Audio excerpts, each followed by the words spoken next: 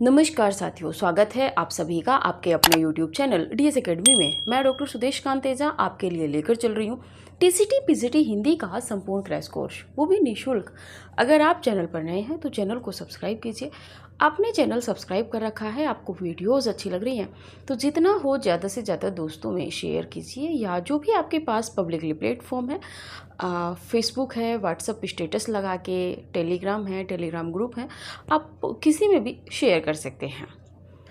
इसी के साथ में जब भी आप क्लास लेने के लिए आते हो तो क्लास को लाइक कर दिया कीजिए। उसके बाद में आप पूरी क्लास इत्मीनान के साथ में देखिए, समझ के देखिए। जितनी बार भी आपको चीज़ों को रिपीट करके समझना है, रिपीट करके समझिए।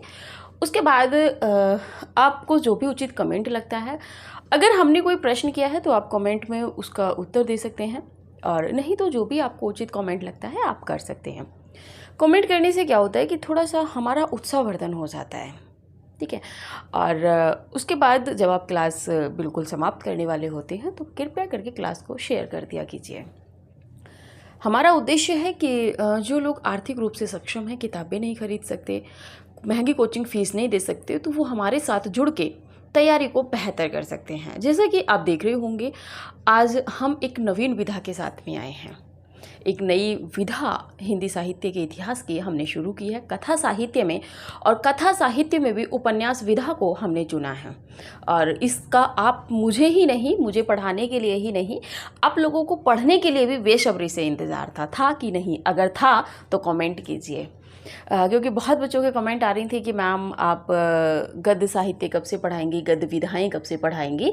तो ये कहते हैं ना कि जो घड़ी थी वो आ गई है, अब आप उपन्यास विधा को पढ़ेंगे। और जिस तरह से आपने देखा होगा 176-77 यानी कि 250 क्लासों में हमने हिंदी साहित्य के इतिहास से हिंदी का जो काव्य धारा थी, जो काव्य प्रवृत्तियाँ थी, काव्य की जो काव्य वाला पोर्शन था, हमने उसको कंप्लीट किया और इतना विस्तृत किया कि वहाँ से हमें नहीं लगता कि आपका प्रश्न बचेगा। अगर आप थोड़ा सा भी सहायक पुस्तकों को लेके मेहनत कर लेते हैं, जो भी कैंडिडेट 2, 4, 10, 15, 20 हमसे कंटिन्यू जुड़े हुए हैं, और हम पे उनका भरोसा है, उनको है कि हाँ मैम करा देंगे, तो आप बिल्कुल भरोसा बना के रखिए। विश्वास पे ही सब कुछ कायम होता है।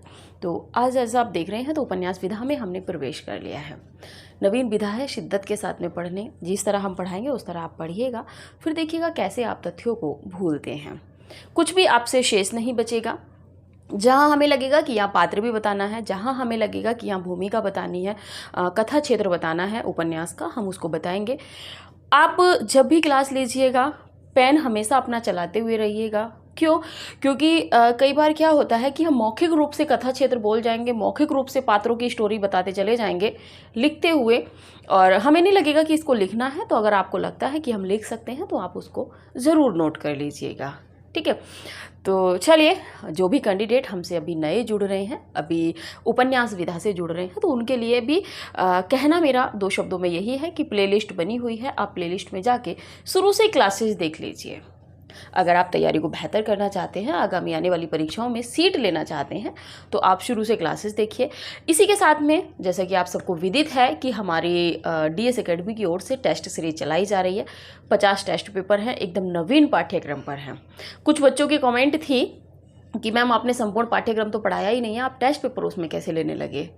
तो देखिए, कब परीक्षा की तिथि निर्धारित हो जाती, घोषित हो जाती है, नहीं पता चलेगा। तो इसीलिए हमें ये भी तैयार कराना है अपने बच्चों को कि किस तरह से पेपर बनता है, किस तरह से क्वेश्चन बनाए जाते हैं, जो आप पढ़ रहे हैं आपको कितना तैयार है। सबसे बड़ी जो बात होती है पढ़ाई के संदर्भ में वो यही होती है कि आपको कितना तैयार है। पढ़ते तो सभी हैं, रटते भी सभी हैं। आप में आधे से ज़्यादा विद्वजन होंगे जो रटते होंगे, लेकिन आपको वो रटा हुआ, याद करा हुआ, पढ़ा हुआ, समझा हुआ ट्रिक या जो भी तथ्य हैं वो किसने याद रहे हैं, ये महत्व रखता है।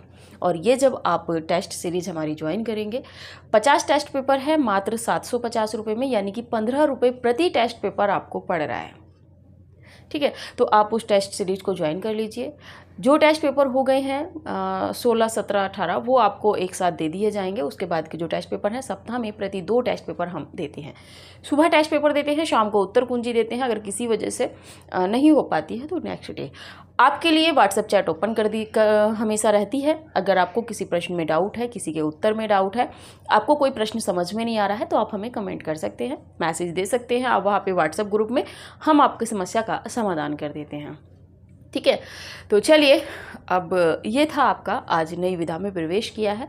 कहते हैं कि जब जागो तब सवेरा। अब उपन्यास विधा को मुझे नहीं पता आप लोगों ने किस तरह पढ़ा है, लेकिन आप एक बार मेरे साथ पढ़िएगा। जिस तरह से आपने हिंदी साहित्य का इतिहास, आदिकाल, भक्तिकाल, रीतिकाल और आधुनिक संपूर्ण रूप से कवर किया है, उसी तरह आप अब उपन्यास विधा को भी मेरे साथ पढ़िएगा। देखिएगा आनंद भी आएगा और चीज़ें तैयार भी होंगी। चलिए बात करते हैं आज उपन्यास में। उपन्यास को जैसा कि हम मानते हैं, उपन्यास उपसर्ग लग के न्यास से बना है, जिसका मतलब होता है कि निकट रखी वस्तु, यानी कि मनुष्य के पास में जो रखी वस्तु उसको उपन्यास कहते हैं। उपन्यास और कहानी दोनों समानता में मतलब अगर देखा जाए तो बहुत ज़्यादा भिन्नता दोनों में नहीं है, समानताएं हैं। अगर कहें तो कहानी का विस्तृत जो फलक होता है, विस्तृत जो रूप होता है वो उपन्यास हो जाता है, और उपन्यास का जो लघु रूप होता है जिसको हम लघु उपन्यास कह देते हैं, कई बार क्या होता है कि हम उनको लंबी कहानियां कह देते हैं। जैसा कि आप देखेंगे अगर आपने थोड़ा बहुत पढ़ा होगा, क्योंकि अगर पुराने उससे उठाएंगे तथ्यों से तो आप नहीं पकड़ पाएंगे, इसीलिए जो चर्चित हैं हम उन्हीं से उठाते हैं। आपने देखा होगा कृष्णा सोबती जी को, पंजाब संस्कृति पे बहुत अच्छा साहित्य उन्होंने लिखा है, और बड़े गर्व की बात है कि जैसे महादेवी वर्मा जी हैं, महादेवी वर्मा जी के बाद में दूसरी महिला कथाकार हैं जिनको ज्ञानपीठ पुरस्कार भी दिया गया है। ठीक है, अब जब बात आ ही गई है तो जितने कैंडिडेट भी क्लास को देख रहे हैं ज़रा कमेंट कर दीजिएगा कौन सा पुरस्कार दिया गया है और किस समय दिया गया है। कौन से का मतलब है कि काउंटिंग नंबर कौन सा था, 53वां, 54वां, 55वां, 51वां, 50वां, 49वां। आप काउंटिंग नंबर और किस वर्ष दिया गया है ये कमेंट कीजिएगा, क्योंकि संपूर्ण साहित्य पे दिया जाता है, ये आप सभी जानते हैं। ठीक है, और जो नहीं जानते हैं वो जान गए होंगे कि इस समय ज्ञानपीठ पुरस्कार संपूर्ण साहित्य पे दिया जाता है, संपूर्ण रचना संसार पे।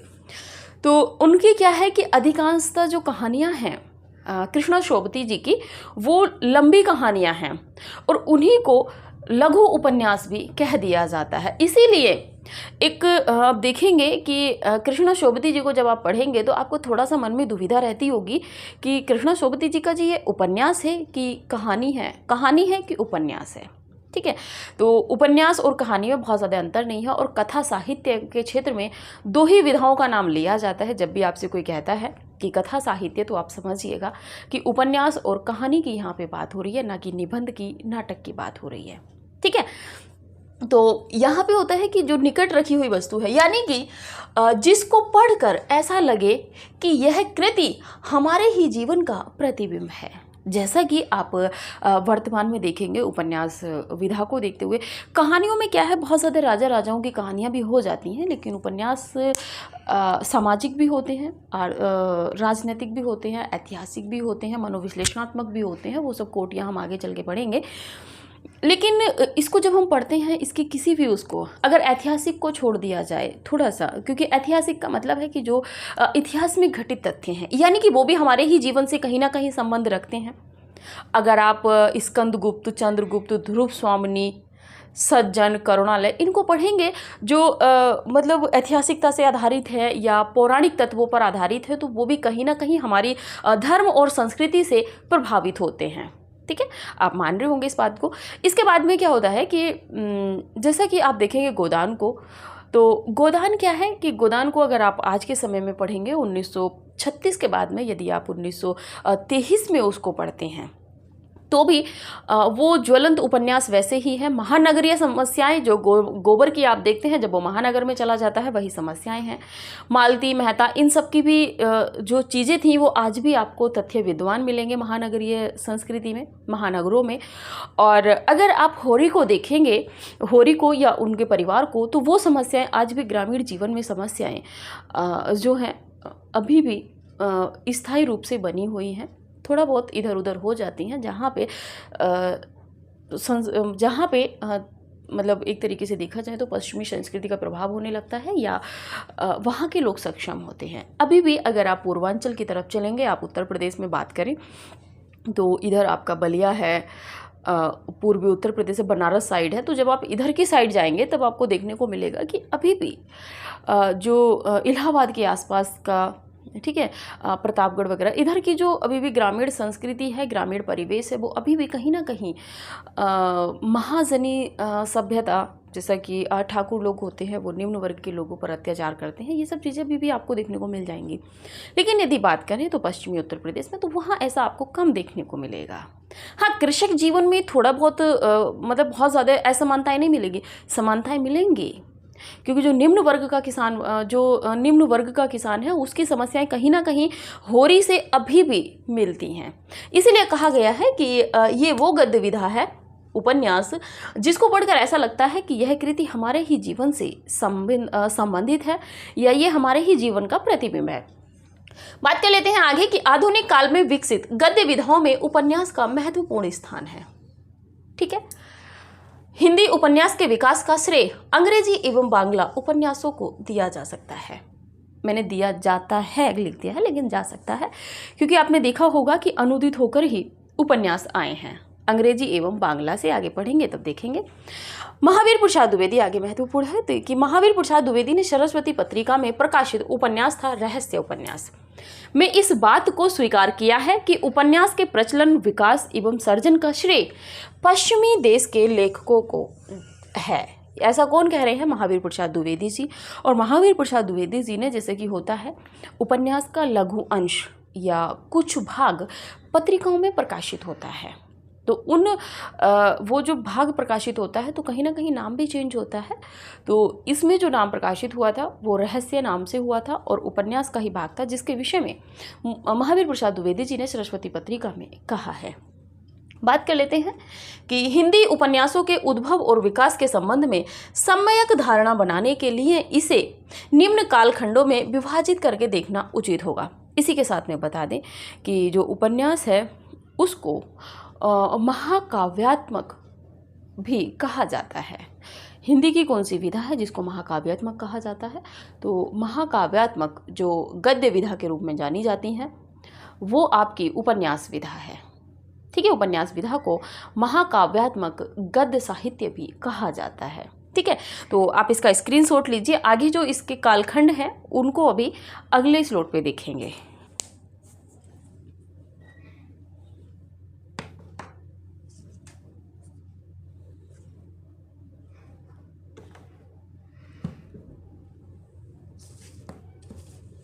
चलिए,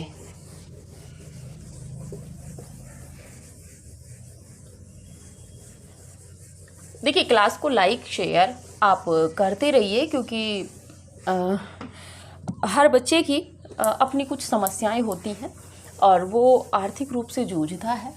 मैं हर विद्यार्थी के जीवन से ज़्यादातर परिचित हूँ, क्योंकि विद्यार्थी जीवन जिस तरह का होता है उससे मैं परिचित हूँ, इसीलिए मैंने ये कदम उठाया था।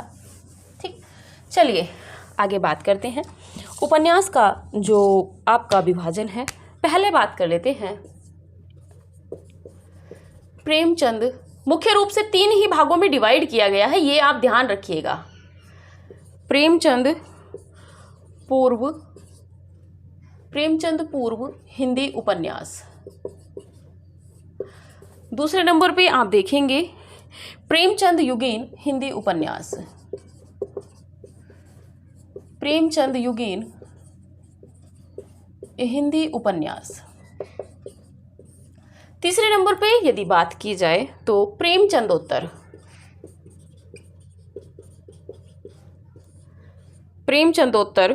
हिंदी उपन्यास।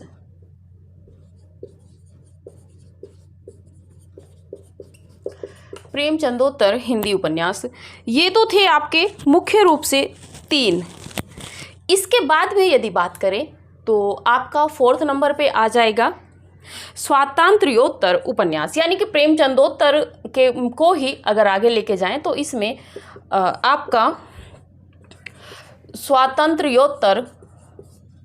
स्वातंत्र्योत्तर हिंदी उपन्यास।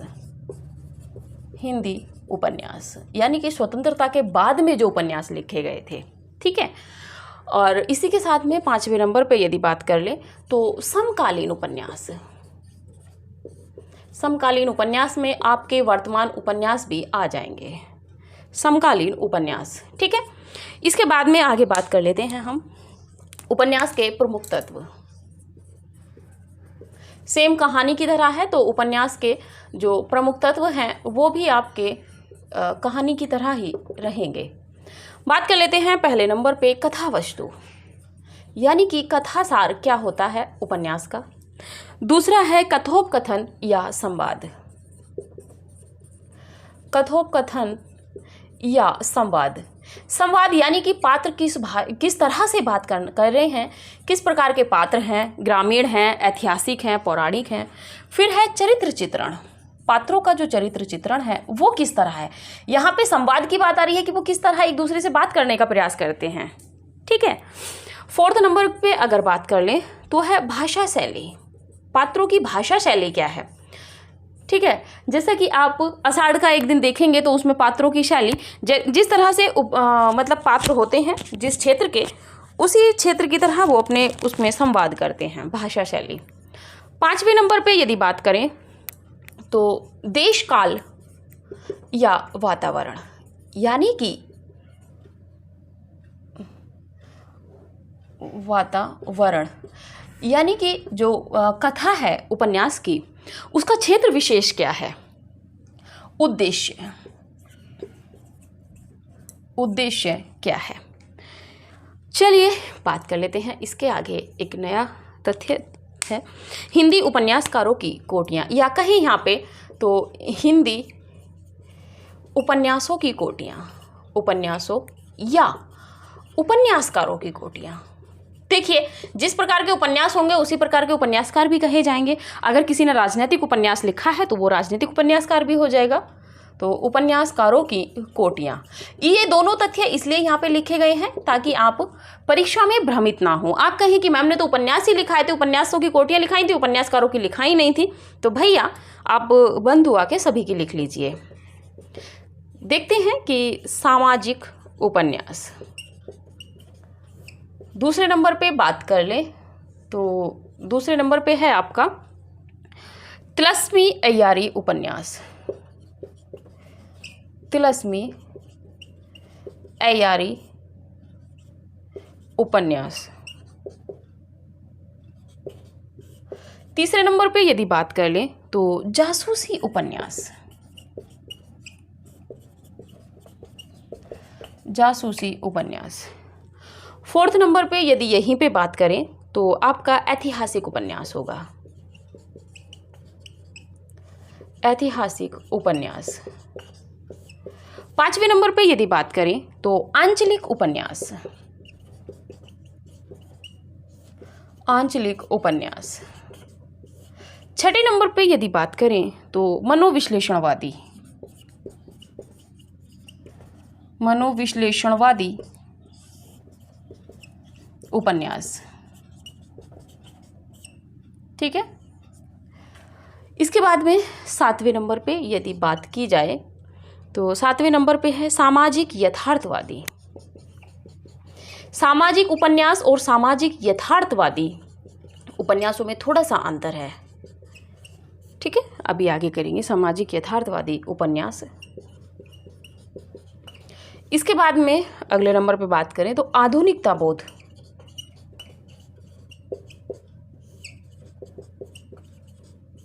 आधुनिकता बोध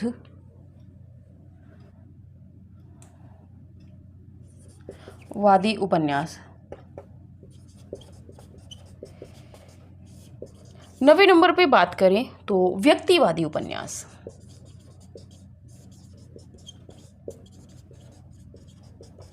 व्यक्तिवादी उपन्यास।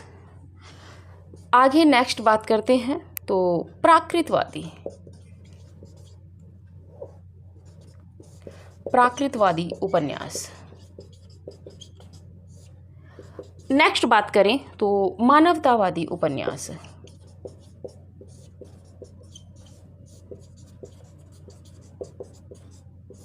मानवतावादी उपन्यास। चलिए आप स्क्रीनशॉट लीजिए, फिर उसके बाद में देखते हैं आगे उपन्यास के और तथ्य।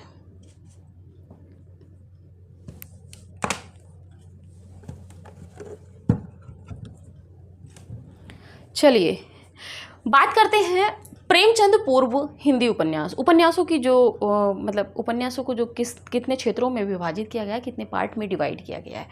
तो प्रेमचंद पूर्व उपन्यास का मतलब है कि जब से उपन्यास लिखना शुरू हुआ है, यानी कि देखिए यहाँ पे जो भी हमारे साथ शुरू से विद्यार्थी जुड़े हुए हैं वो ये कमेंट कीजिएगा, एक नवीन प्रश्न के रूप में हम आपको दे रहे हैं कि उपन्यासों का जो ये काल विभाजन किया गया है प्रेमचंद के नाम पे, ये किस श्रेणी के विभाजन में आएगा। ठीक है, आप जो हिंदी साहित्य के इतिहास में जो विभाजन हुआ है हमने शुरू में पढ़ाया था पहली दूसरी क्लास में, तो दूसरी या तीसरी क्लास में होगा, तो आप ये बताइएगा कि प्रेमचंद के नाम से यदि काल विभाजन हुआ है तो वो किस कैटेगरी में आएगा विभाजन की। ठीक है, तो चलिए यहाँ पे है प्रेमचंद पूर्व हिंदी उपन्यास, यानी कि प्रेमचंद जी से पहले, जब तक प्रेमचंद जी ने लिखना शुरू नहीं किया था उनसे पहले के जो उपन्यास हैं वो प्रेमचंद पूर्व उपन्यास में आ गए हैं। चाहे वो राजनीतिक हैं, सामाजिक हैं, जासूसी हैं, अय्यारी हैं, तिलस्मी हैं, जिस भी प्रकार के उपन्यास हैं वो सारे प्रेमचंद पूर्व की उपन्यास की श्रेणी में आ जाएंगे। और इनसे जो पूर्व में उपन्यास लिखे गए हैं उनके जो उपन्यासकार हैं वो भी प्रेमचंद पूर्व उपन्यासकार की श्रेणी में आ जाएंगे। यहाँ से ये भी प्रश्न बनता है कि कौन सा उपन्यासकार किस श्रेणी का है, यानी कि ये भी प्रश्न बन जाएगा। जैसे कि आपने देखा होगा आधुनिक काल में जब काव्य पढ़ रहे थे कि भारतेंदु युग का कवि नहीं है, तो यहाँ पे प्रेमचंद पूर्व युग का उपन्यासकार नहीं है, यहाँ से भी प्रश्न बन सकता है। ठीक है, तो ध्यान रखिएगा, पढ़ेंगे सारा। इसके बाद में है प्रेमचंद युगीन हिंदी उपन्यास। यहाँ पे वो श्रेणी आ जाती हैं, वो उपन्यासकार आते हैं जो प्रेमचंद के समकालीन थे। ठीक है, प्रेमचंद के समय में विद्यमान थे, प्रेमचंद के समय में उपन्यास लिख रहे थे। ठीक है, आगे बात कर लेते हैं प्रेमचंदोत्तर हिंदी उपन्यास, यानी कि प्रेमचंद जी का जब उपन्यासों का समय निकल जाता है, जो एक टाइम पीरियड है, जैसे जैसे पढ़ेंगे वैसे वैसे, तो उसमें क्या है कि उसके बाद में प्रेमचंदोत्तर पूर्व उपन्यास, उसमें प्रेमचंदोत्तर उपन्यास हिंदी उपन्यास रख दिया गया है। यानी कि प्रेमचंद के बाद के उपन्यास, पहले उपन्यासों को पूर्व का उपन्यास, समकालीन को प्रेमचंद युगीन, और प्रेमचंद के बाद के उपन्यासों को प्रेमचंदोत्तर हिंदी उपन्यास नाम दे दिया गया। इसके बाद में मुख्य रूप से 3 ही श्रेणियां हैं, जो विभाजन है मुख्य रूप से ही पूछा जाएगा, 3 ही विभाजन है। लेकिन दूसरा आपको तैयारी के हिसाब से थोड़ा सा बताना था कि स्वातंत्र्योत्तर हिंदी उपन्यास। स्वातंत्र्योत्तर हिंदी उपन्यास में, यानी कि स्वतंत्रता के बाद, यानी कि 1947 के बाद, यानी कि 1950 के बाद, 49 के बाद के जो उपन्यास थे उनको स्वातंत्र्योत्तर हिंदी उपन्यास की श्रेणी में रख दिया है कुछ आलोचकों ने, जो आपके आलोचक हैं। उसके बाद में समकालीन उपन्यास में आपके आज तक के उपन्यास आ जाएंगे, जो अगर आज भी कोई उपन्यास प्रकाशित हुआ है वो समकालीन उपन्यास में की श्रेणी में आ जाएगा। यानी कि जो नवीन उपन्यास हैं, यदि आप बात करें 2012 के, 13 के, 15 के, 20 के, 21 के, 22 के, 23 के, तो वो समकालीन उपन्यास की श्रेणी में आ जाएगा। ठीक है, आगे बात कर लेते हैं उपन्यास के प्रमुख तत्वों में। तो उपन्यास के जो प्रमुख तत्व है, कथा वस्तु। कथा वस्तु उपन्यास का जो कथा क्षेत्र होता है, कहाँ से ली गई है, किस प्रकार का उपन्यास है, किस क्षेत्र से उठाया गया है, उसका जो कथा क्षेत्र है वो किस स्थान का है। ठीक है, जैसा कि बात करें गोदान उपन्यास है, तो गोदान उपन्यास की कथा वस्तु क्या है, कृषक जीवन से संबंधित है। कहाँ है, तो आपको पता है जिस गाँव का है, किस प्रकार का है, कृषक जीवन से संबंधित है, तो ये उसकी कथा वस्तु है। ठीक है, आगे बात करते हैं कथोपकथन या संवाद। कथोपकथन या संवाद की बात आती है कि जो पात्र हैं वो किस तरह के कथन कर रहे हैं, किस तरह की उनकी ट्यूनिंग है। जैसे कि गोदान में आपने देखा है कि गोबर जो है वो थोड़ा सा उपद्रवी है, नवीन पीढ़ी को लेके आने वाला है, तो उसमें थोड़ा सा क्या कहते हैं, किशोरावस्था का भी उसमें प्रभाव है। होरी की यदि बात करेंगे तो वो संवेदनशील है, जो समस्याएं हैं उनको निदान करने की सोचता है और उसी में जीवन व्यतीत करने का भी प्रयास करता है। ठीक है, वो कहीं ना कहीं रूढ़िवादियों से ग्रसित भी है, दिखाया गया है। ठीक है, तो ये संवाद रहा। चरित्र चित्रण की बात करेंगे तो यहाँ पे पात्रों का अपना चरित्र चित्रण आ जाता है कि कौन किस तरह का पात्र है, किसका बेटा है, किसकी बहू है, इस तरह के, और उनका जो चरित्र है वो किस प्रकार का है। ठीक है, जैसे कि धनिया ले लीजिए, रूपा ले लीजिए, सोना ले लीजिए, तो सबकी अपनी अलग अलग विशेषताएं हैं, तो ये उनका चरित्र चित्रण रह जाता है। बात करते हैं भाषा शैली।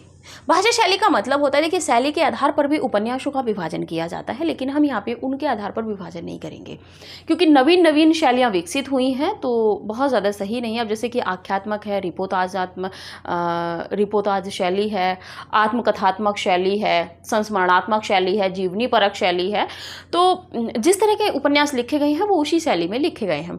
तो भाषा शैली, यहाँ पे भाषा शैली क्या है, यानी कि जिस क्षेत्र से उपन्यास उठा है वहीं की भाषा शैली उनके उपन्यासों में अधिकांशतः चित्रित होती है। जैसा कि आप देखेंगे भीष्म साहनी की अगर बात कर लें, कृष्णा सोबती जी की बात कर लें, तो इनकी जो उपन्यास है उनमें पंजाब की जो भाषा शैली है या कहें जो पंजाबी है उनका अधिकांशतः प्रभाव मिलता है।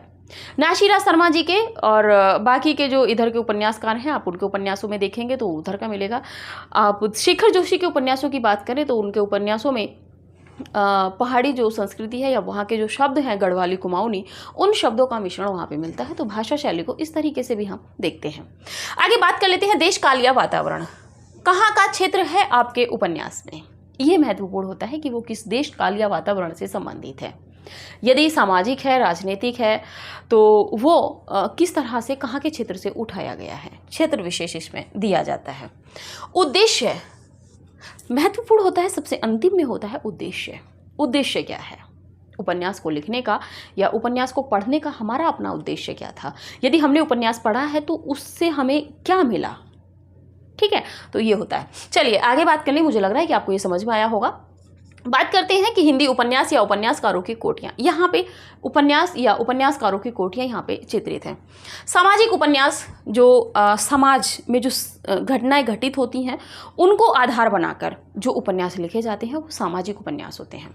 बात कर लेते हैं दूसरे नंबर पर तिलस्मी अय्यारी उपन्यास। सामाजिक उपन्यास में जैसे आप देखेंगे प्रेम विवाह, अनमेल विवाह और असमानता, जातिगत भेदभाव, ये सब सामाजिक उपन्यास में आएंगे। जो समाज की रूढ़ियों की जो समस्याएं होती हैं उनको जो आधार बनाकर उपन्यास लिखा जाता है, जैसे कि आदर्श दंपति पर कोई उपन्यास हुआ या दो बहनों पर या भाइयों पर, ये सब हम आगे देखेंगे तो आप स्पष्ट हो जाएगा आपको। इससे क्या है कि अगर आप इस तरह के क्षेत्र को समझे रहेंगे तो आप उपन्यासों की कोटियाँ भी पकड़ जाएंगे आसानी से। तिलस्मी अय्यारी उपन्यास। तिलस्म यानी कि चमत्कार। तिलस्म अय्यारी उपन्यास, ठीक है। और इसके बाद में है जासूसी, यानी कि तिलस्म का मतलब होता है कहीं कोई चमत्कार। जैसे आप देखते हैं ना कि कोई कलाकार होता है, वो एकदम से कोई चीज़ दिखाता है, उसको गायब कर देता है, उसकी जगह दूसरी चीज़ आपको दिखा देता है। ठीक है, तो इस तरह के उपन्यास भी लिखे गए हैं। बात करें जासूसी उपन्यास, तो इस श्रेणी में भी उपन्यास लिखे गए हैं। ठीक है, ऐतिहासिक उपन्यास की बात करें, जैसा आप देखेंगे ऐतिहासिकता में जयशंकर प्रसाद जी के ज़्यादा उपन्यास जो है वो ऐतिहासिक उपन्यास की श्रेणी में आते हैं। जो इतिहास ग्रंथों के या पात्रों के आधार पर जो उपन्यास लिखे जाते हैं वो ऐतिहासिक उपन्यास होते हैं। आंचलिक उपन्यास की बात करें तो अंचल जो है यानी कि कोई क्षेत्र विशेष को आधार बनाकर उसमें कोई पात्र ना रहते हैं, लेकिन मुख्य रूप से जो मतलब निर्धारण होता है वो आंचलिकता पर ही होता है। चाहे वो कोई गाँव विशेष है या कोई क्षेत्र विशेष जो होता है उसको आधार बनाकर आंचलिक उपन्यास लिखे जाते हैं, यानी कि उसमें अंचल विशेष होता है। ठीक है, और बात करें मनोविश्लेषणवादी उपन्यास, तो मनोविश्लेषण, मन का विश्लेषण करने वाले, यानी कि मन में किस तरह के अंतर्द्वंद पात्रों के चल रहे हैं, इसको विश्लेषित करते हुए जब उपन्यास लिखा जाता है तो मनोविश्लेषणात्मक श्रेणी में उपन्यास आता है। एक मनोवैज्ञानिक उपन्यास भी इस समय लिखे जा रहे हैं, जिसमें आप देखेंगे तो मन्नू भंडारी जी का आपका बंटी उपन्यास बहुत चर्चित है। ठीक है, लिखा नहीं है, आप ध्यान रखिएगा। बात कर लें सामाजिक यथार्थवादी उपन्यास। सामाजिक यथार्थवादी उपन्यास का मतलब है यहाँ पे कि समाज जो पहला जो सामाजिक उपन्यास देखा है वो हमने देखा है कि अपने से पहले की जो समस्याएं चित्रित हो गई थी उन समस्याओं को हम पढ़ रहे हैं। सामाजिक यथार्थवादी उपन्यास की जो श्रेणी है उसमें हम वर्तमान की जो सामाजिक समस्याएं हैं जो यथार्थ में घटित हो रही हैं, वास्तविकता में हैं, उनको हम उपन्यासों की श्रेणी में पढ़ रहे हैं, उनको हम उपन्यासों में पढ़ रहे हैं। बाद में बात करें तो आधुनिकता बोधवादी उपन्यास। आधुनिकता बोध यानी कि जैसे आप देखेंगे कि उपन्यासों में भूमंडलीकरण, औपनिवेशिकवाद, इन क्षेत्रों पर जो इन क्षेत्रों को आधार बनाकर जो लिखे जाते हैं उपन्यास, जैसे आप देखेंगे कि इस समय साइबर क्राइम बहुत होता है, ठीक है, और तो इस तरह के क्षेत्रों से जब उपन्यास उठाए जाते हैं तो उनको आधुनिकता बोधवादी उपन्यास हम कहते हैं, ठीक है। यानी कि इस समय वर्तमान में जो चीज़ें हो रही हैं उससे, अब जैसे आप देखेंगे नीरजा माधव जी का जो कोरोना उपन्यास है वो कहीं ना कहीं आधुनिकतावादी बोध उपन्यास की श्रेणी में आ जाएगा, क्योंकि कोरोना एक त्रासदी थी एक तरीके से। कितने लोग कितने परिवार अपनों से बिछड़ गए हैं इसमें, तो इस आधुनिकतावादी उपन्यास की श्रेणी में आएगा, ठीक है। व्यक्तिवादी उपन्यास, यानी कि व्यक्ति को केंद्रित करके, जिस तरीके से व्यक्ति आजकल अकेलेपन में रहने का प्रयास करता है, अकेलेपन के जीवन को व्यतीत करता है, उस तरह के उपन्यासों को व्यक्तिवादी, यानी कि एक व्यक्ति विशेष पर केंद्रित करके जब उपन्यास लिखा जाता है, जैसा कि आप देखेंगे व्यक्तिवादी या अस्तित्ववादी की श्रेणी में जब उपन्यास आ जाता है रुकोगी नहीं राधिका, ठीक है, क्योंकि यहाँ पे व्यक्ति अपने ही विषय में सोचता है, ठीक है। इसके बाद में बात करें तो प्राकृतवादी उपन्यास और मानवतावादी उपन्यास, यहाँ पे दिखाई जाती है कि संवेदनशीलताएं नहीं हैं। इसी के साथ में एक उपन्यास की श्रेणी छूटी है और उसको आप लिखिएगा राजनैतिक उपन्यास, राजनैतिक उपन्यास, ठीक है। यानी कि जो हमारा शासन तंत्र है इसमें किस तरह की गतिविधियां होती हैं और किस तरह से जो समाज है उसको मतलब गलत ठहराया जाता है और सब अपने में लगे रहते हैं। बहुत श्रेणियाँ इस समय हो गई हैं, नए नए उपन्यास लिखे जा रहे हैं नए नए क्षेत्रों में, लेकिन जो महत्वपूर्ण थी उनको हमने लिखा है। आप जरा स्क्रीनशॉट लीजिए, फिर आगे कुछ थोड़ा सा और तत्व हैं उनको देखते हैं।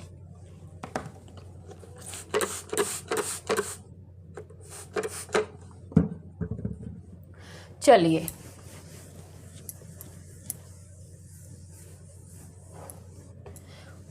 देखिए, जिस तरह आपने काव्य को कंप्लीट किया है, आधुनिक हिंदी साहित्य को कंप्लीट किया है ना, तो इस तरह ही आप उपन्यासों को, कहानियों को, नाटक को, निबंधों को पढ़ेंगे। जितना विस्तृत मुझसे होगा, मुझे लगता है परीक्षा उपयोगी है, मैं उतना विस्तृत आपको पढ़ाऊंगी।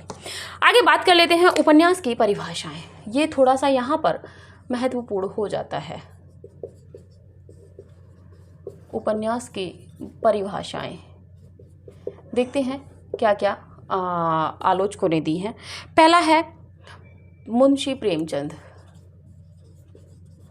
बहुत ज़्यादा यहाँ लिखना नहीं है, बहुत ज़्यादा प्रश्न यहाँ से बनेगा नहीं, लेकिन थोड़ा सा देख लेते हैं कि मानव चरित्र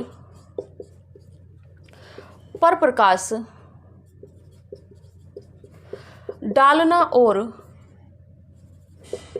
प्रकाश डालना और उसके रहस्यों को खोलना ही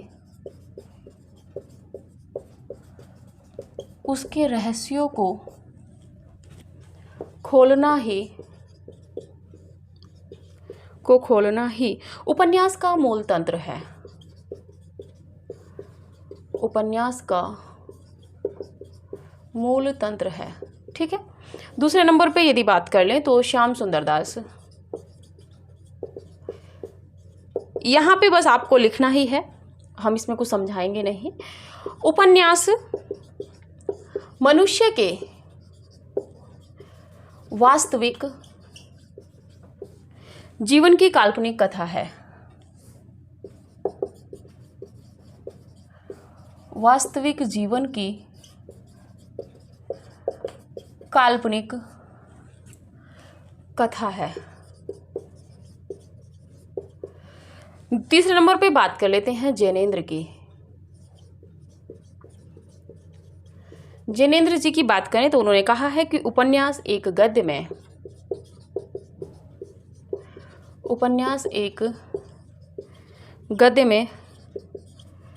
आख्यान है। उपन्यास एक गद्य में आख्यान है जिसमें मानव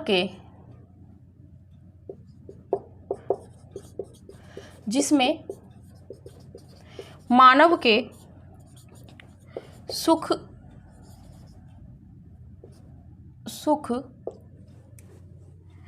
एवं पीड़ा के वर्णन रहते हैं। सुख एवं पीड़ा के वर्णन रहते हैं। पीड़ा में परमात्मा बसता है।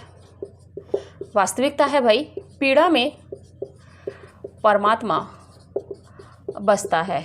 जायज़ सी बात है, जब हम दुखी होते हैं तभी हम ईश्वर को याद करते हैं, उससे पहले हम ईश्वर की स्तुति नहीं करते। मेरे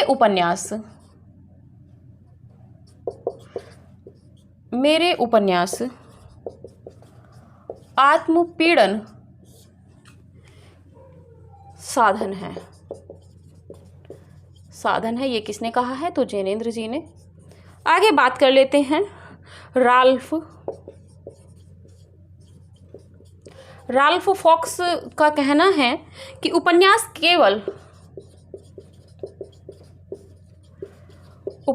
केवल काल्पनिक गद्य नहीं है। उपन्यास केवल काल्पनिक गद्य नहीं है, यह मानव जीवन का गद्य है। यह मानव जीवन का गद्य है। ठीक है, तो ये थे पाश्चात्य विचारक। एक बात कर लेते हैं, उपन्यास को किसमें क्या कहा जाता है?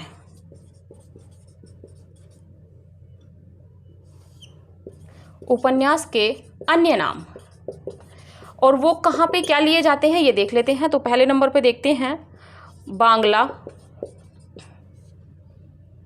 और हिंदी। बांग्ला और हिंदी में उपन्यास कहा जाता है उपन्यास को। दूसरे नंबर पे बात करें तो मराठी में उपन्यास को क्या कहा जाता है? तो कादंबरी। ठीक है, इसीलिए संस्कृत में भी उपन्यास लिखे गए थे। तीसरे नंबर पे बात करें तो गुजराती में यदि बात करें तो नवल कथा कहा जाता है उपन्यास को। ठीक है, और फोर्थ नंबर पे यदि बात करें तो उर्दू में कहा जाता है नावल। पांचवें नंबर पे यहाँ पे बात कर लेते हैं, तो पांचवें नंबर पे अंग्रेजी में कहा जाता है नॉवेल। ठीक है, इसी के साथ में एक तथ्य और है, उसको और लिख लीजिएगा। पहली बार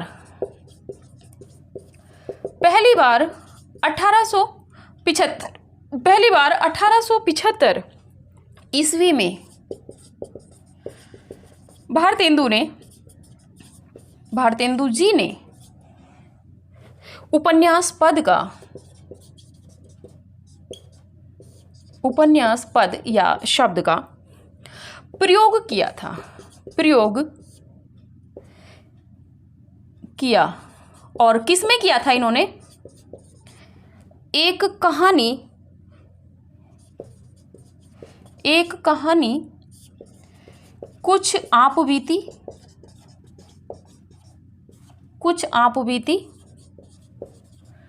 कुछ जगबीती में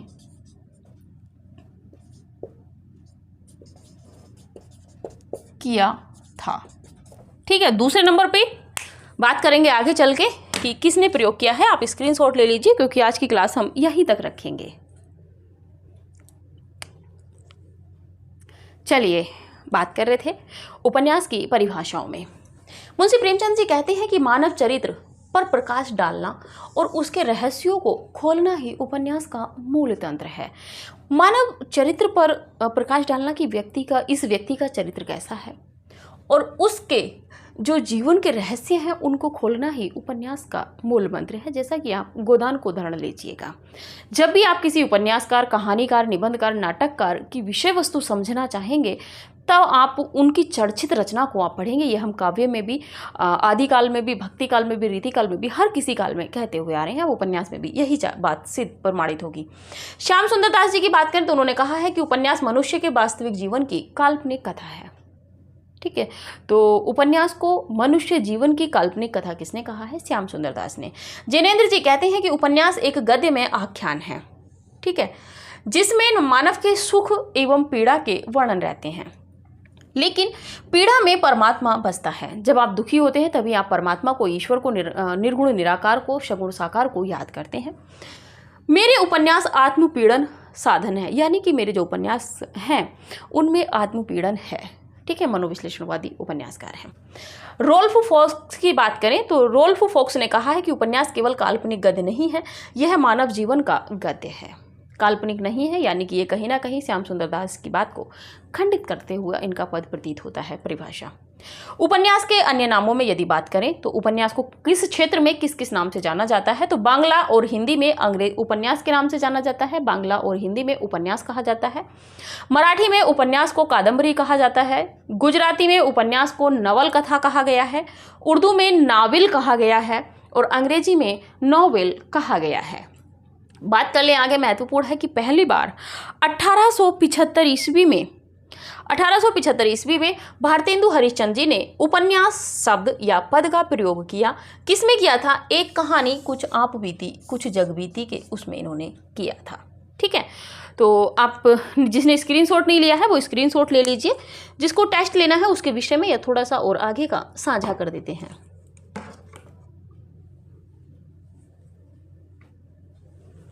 चलिए,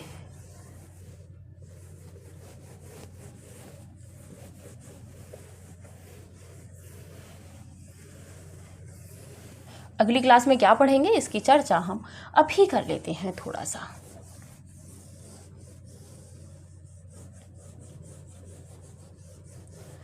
चलिए, जिन बच्चों को भी टेस्ट लेना है वो कॉल करेंगे 95688024 और 63 पर। इस पर कॉल करके 750 रुपये आपका शुल्क है। पीछे अभी ऑफर भी था रक्षाबंधन पे, जिन्होंने नहीं लिया होगा वो जाने। 750 रुपये आपको फ़ीस पे करनी है। इसमें आपको 50 टेस्ट पेपर हम देंगे। 50 टेस्ट पेपर देने के बाद में हम यहाँ पे प्रति सप्ताह 2 टेस्ट पेपर आपके रहते हैं। 2 टेस्ट दिए जाते हैं। 125 प्रश्नों का संकलन इनमें रहता है। संपूर्ण पाठ्यक्रम पर और ये जो है 125 प्रश्न रहते हैं, 2 टेस्ट पेपर रहते हैं। यदि आप प्रति टेस्ट पेपर की बात करेंगे तो आपको 15 रुपये चार्ज यहाँ पे पड़ता है, इसीलिए एक साथ लेके हम ये देते हैं। दूसरी बात में बात करें तो सुबह में आपको टेस्ट पेपर दिया जाता है। सुबह में टेस्ट दिया जाता है और शाम को उत्तर कुंजी जब आपको दे दी जाती है, उसके बाद में अगर आपको कहीं कोई डाउट है तो जिस प्राइवेट व्हाट्सएप ग्रुप से आपको जोड़ दिया जाता है उसमें आप अपने प्रश्न को सॉल्व कर सकते हैं या प्रश्न को लिख के आप हमें भेज सकते हैं।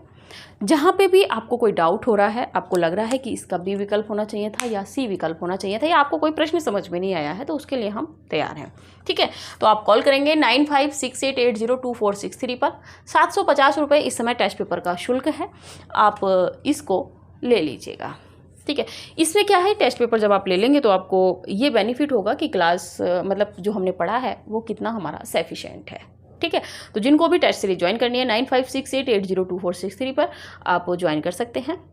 तो ठीक है, आज की क्लास यहीं तक रखते हैं। मिलते हैं अगली क्लास में। प्रेमचंद पूर्व उपन्यासों में किस प्रकार के उपन्यास देखेंगे वो अगली क्लास में देखते हैं। तो ठीक है, अभी के लिए इतना ही। क्लास को लाइक कीजिए, कमेंट कीजिए, जितना हो ज़्यादा से ज़्यादा दोस्तों में शेयर कीजिए। तो ठीक है, अभी के लिए इतना ही। मिलते हैं अगली क्लास में, तब तक के लिए नमस्कार।